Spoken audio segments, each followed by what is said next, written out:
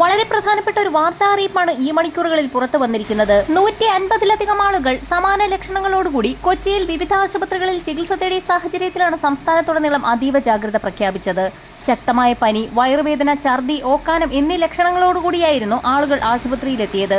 150 പേർക്കോളം രോഗബാധ സ്ഥിരീകരിച്ച സാഹചര്യത്തിൽ സമാന ലക്ഷണങ്ങളോടുകൂടി കൂടുതൽ പേർ വീണ്ടും ആശുപത്രികളിൽ എത്തുന്നതിൽ സംശയം തോന്നിയ ആരോഗ്യ വിഭാഗം നടത്തിയ പരിശോധനയിൽ എറണാകുളം മൂവാറ്റുപുഴയിൽ ഒരു മാസം മുൻപ് നടന്ന വിവാഹ ചടങ്ങിൽ പങ്കെടുത്ത 150 പേർക്കാണ് രോഗബാധ സ്ഥിരീകരിച്ചതായി മനസ്സിലായത്. ആവോലി പഞ്ചായത്തിലെ നടുക്കരയിൽ നടന്ന മധുരവയ്പ് ചടങ്ങിൽ പങ്കെടുത്ത ജനപ്രതിനിധികൾ ഉൾപ്പെടെയുള്ളവർക്കാണ് രോഗബാധ സ്ഥിരീകരിച്ചത്.